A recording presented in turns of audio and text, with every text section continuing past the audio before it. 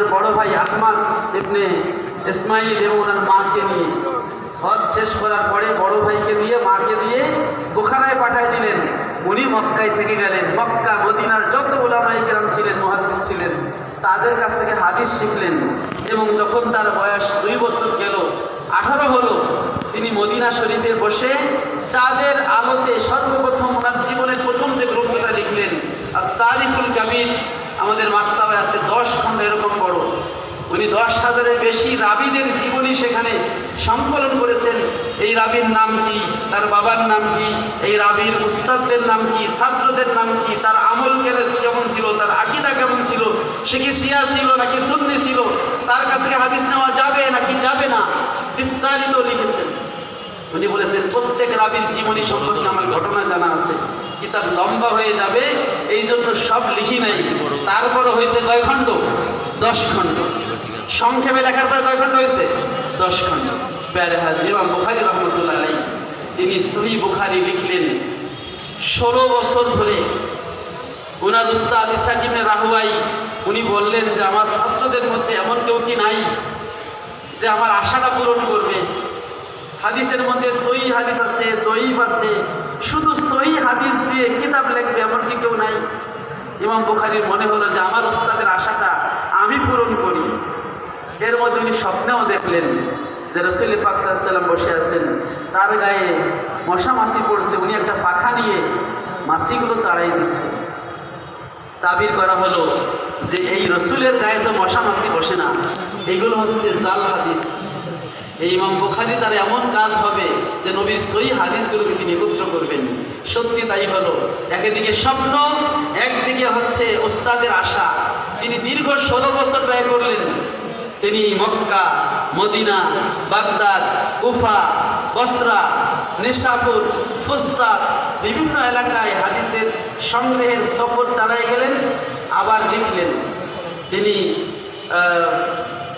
প্রথমে 11 বছর ধরে তিনি লিখলেন শুধু হাদিসগুলো, আর শেষের 5 বছর তিনি মদিনায় থেকে তরজমাতুল বাবগুলো লিখলেন। তিনি নিজে লিখেছেন প্রত্যেকটা হাদিস লেখার আগে আমি ওযু করেছি, গোসল করেছি, অন্য রিওয়ায়াত আছে আমি গোসল করেছি, ইস্তেখারা করেছি। এরপরে যখন আমি ইয়াকিন হয়েছি হাদিসটা বিশুদ্ধ, তারপরে হাদিসটা আমার কিতাবে লিখেছি। বলেন সুবহানাল্লাহ। ওনার যে খাদেম ছিল আবু হাতেম আল ওয়াররাক, যিনি ওনার রাইটার ছিল, যাকে বলতেন যে লেখো, এটা লেখো, এটা লেখো, উনি মুখস্থ বলতেন, আর সেই আবু হাতেম আল ওয়াররাক ওনার খাদেম সেটা লিখতেন। ইমাম বুখারী রহমতুল্লাহ আলাইহি তিনি যে হাদিসগুলো একত্র করলেন, প্রত্যেকটা হাদিস লেখার আগে ওযু করলেন, গোসল করলেন, 2 রাকাত নামাজ পড়লেন, তারপরে হাদিসটা লিখলেন। আচ্ছা, ইমাম বুখারী ছাড়াও তো অনেক মানুষ আছে। ইমাম বুখারী 194 হিজরি জন্ম, তার আগে অনেক মুহাদ্দিস ছিল, সাহাবায়ে কেরাম। তারা কি হাদিস পড়ানোর সময়, হাদিস লেখার সময় তারা কি নামাজ পড়ছে? পড়ে নাই। সর্বপ্রথম যিনি হাদিস লিখেছেন তিনি আছেন আব্দুল্লাহ ইবনে আমর।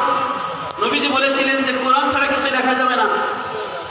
হুদাইবিয়ার সন্ধির পরে মুসলমান হওয়া সাহাবী আব্দুল্লাহ ইবনে আমর ইবনে আস তিনি বলেন, ইয়া রাসূলুল্লাহ, আপনার হাদিসগুলো আমি লিখে রাখতে চাই। নবীজি বলেন, ঠিক আছে লেখো। এরপরে আরো অনেককে অনুমতি দিয়েছেন। তো সাহাবায়ে কেরাম হাদিস লিখেছে, হযরত মুআয ইবনে জাবাল, আবু মুসা আশআরী, আবু হুরায়রা, আমর ইবনে আস, অনেকে হাদিস লিখেছেন। কেউ কিন্তু হাদিস লেখার আগে ওযুও করেন নাই, নামাজও পড়েন নাই। নামাজ পড়ছে নাই। ইমাম বুখারী নামাজ পড়লেন, এটা কি বেদাত হয়ে গেল না? নবী করে নাই, সাহাবী করে নাই, তাবেঈ করে নাই, তাবেঈ করে নাই। ইমাম বুখারী তো সাহাবীও না, তাবেঈও না, তাবেঈও না, তারপরের মানুষ। তাহলে এটা কি বিদআত হবে? আমাদের দেশে কিছু মানুষ আছে নিজেরটাকে বেদাত দেখে না, অন্যেরটাকে বেদাত দেখে। নিজে তিনি লং মার্চ করে তখন বলে এটা ওই যে তাবুক যুদ্ধে নবী লং মার্চ করছে, ওখন তাবিল করে জায়েজ বানাই দেয়। আর যখন আপনি নবীর জন্য মিলাদুন নবীর র্যালি করবেন তখন এটা বেদাত হয়ে যায়। ঠিক কিনা বলেন? একজন আলেম জেলখানা থেকে বেরোবে, তার জন্য র্যালি করা জায়েজ হয়ে যাবে, আর নবীর জন্য র্যালি করলে সেটা কি হয়ে যায়? বেদাত হয়ে যায়। এরা হচ্ছে নবীর দুশমন। ইমাম বুখারী যেই কাজটা করলেন, ইমাম বুখারী কি বেদাতি বলার অধিক ক্ষমতা কারো আছে? কারো আছে? নাই। ইমাম বুখারী তো কোরআন অনুযায়ী আমল করছেন, ওয়াস্তাঈনু বিস-সাবরি ওয়াস-সালাহ, নামাজের মাধ্যমে ধৈর্যের মাধ্যমে সাহায্য চাও। তিনি কোরআনের মাধ্যমে এই আমলটা আবিষ্কার করছেন, নিজের তিনি আমল করছেন যে আমি প্রত্যেকটা হাদিস লেখার আগে ওযু করবো, এটা তার ব্যক্তিগত আমল, তিনি কোরআনের আলোকে করছেন, তার দলিল আছে। বিদআত হলো যেই আমলের কোনো রেফারেন্স নাই, যেটা কোরআনের নাই, হাদিসে নাই, ইজমায় নাই, কিয়াস দ্বারা সাব্যস্ত নাই, সেটা বিদআত। ইমাম আম্মা জান আয়েশা রাদিয়াল্লাহু বলেছেন যে মা উহদিসা, যেই কাজটা হচ্ছে নতুন হয়েছে, যেই কাজটা নতুন, মা লাইসা মিনহু ফাহুয়া রাদ্দুন, যেই কাজটা নতুন এবং যার মধ্যে যেটার উপরে শরীয়তের কোনো ভিত্তি নাই, মা লাইসা মিনহু মানে যেটা শরীয়তের অন্তর্ভুক্ত না, সেটা হলো বিদআত। শরীয়তের অন্তর্ভুক্ত হয় কোনটা? কিসের দ্বারা? কোরআনের দ্বারা, হাদিসের দ্বারা। তা আমরা যে মিলাদ শরীফ পড়ি, এটা কোরআন দ্বারা প্রমাণিত না? আমরা হাদিস দ্বারা প্রমাণিত না? অবশ্যই প্রমাণিত। আমরা রাসূল পাক সাল্লাল্লাহু আলাইহি সাল্লামের যেই হাদিসগুলো পড়ি, তার জীবনী আলোচনা করি, এটা অবশ্যই কোরআন দ্বারা প্রমাণিত, হাদিস দ্বারা প্রমাণিত, উলামা ইকরামের ইজমা দ্বারা প্রমাণিত। তারপরও এটা বিদআত, কারণ এটা আমরা করি, তারা করে না। আর তারা যখন একটা করে তখন সেটা সুন্নাত হয়ে যায়।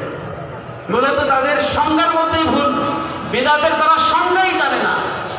এ কারণে তারা নিজেরটাকে ওই যে নবী করে নেই, সাহাবী করে নেই, এরকম কোনো সংজ্ঞাই বিদআতে নাই। বিদআতের সহি সংজ্ঞা যেটা হাদিসে আছে, যেটা আম্মা জান আয়েশা রাদিয়াল্লাহু তাআলা থেকে আছে, মান আহাদাসা ফি আমরিনা হাযা মা লাইসা মিনহু ফাহুয়া রাদ্দুন, যে ব্যক্তি দ্বীনের মধ্যে নতুন কাজ চালু করবে এমন যেটা এই দ্বীনের অন্তর্ভুক্ত নয়, কোরআন হাদিস ইজমা কিয়াস এর আলোকে দ্বীনের অন্তর্ভুক্ত নয়, সেটা বিদআত হবে। কিন্তু যদি মুহদাস হয়, নতুন হয়, কিন্তু কোরআন সুন্নাহ দ্বারা প্রমাণিত হয়, সেইটা বিদআত হবে না।